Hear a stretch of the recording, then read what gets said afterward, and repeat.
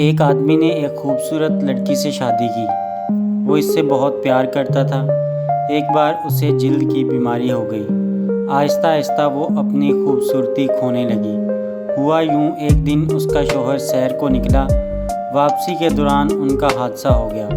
حادثے میں اس کی آنکھوں کو نقصان پہنچا اور اس کی بینائی ختم ہو گئی۔ تاہم ان کی ازدواجی زندگی معمول کے مطابق چلتی رہی، لیکن جیسے جیسے دن گزرتے گئے وہ آہستہ آہستہ اپنی خوبصورتی کھوتی گئی۔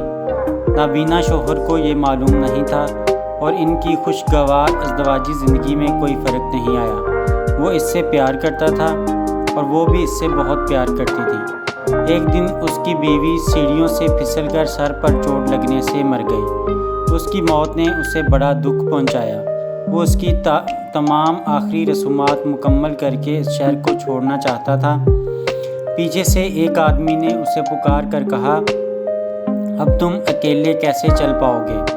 اس نے جواب دیا کہ میں اندھا نہیں ہوں، میں صرف اکیلے ہونے کا ڈرامہ کر رہا تھا، کیونکہ اگر وہ جانتی تو میں اس کی بدصورتی دیکھ سکتا تھا۔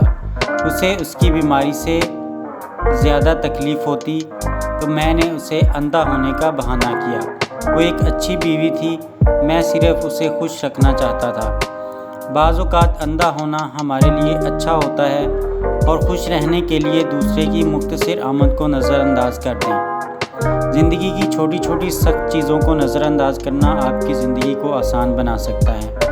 مجھے پرواہ نہیں کہ دنیا میں کتنے لوگ ہیں، میں آپ کو کہانی کا اختتام چاہتا ہوں۔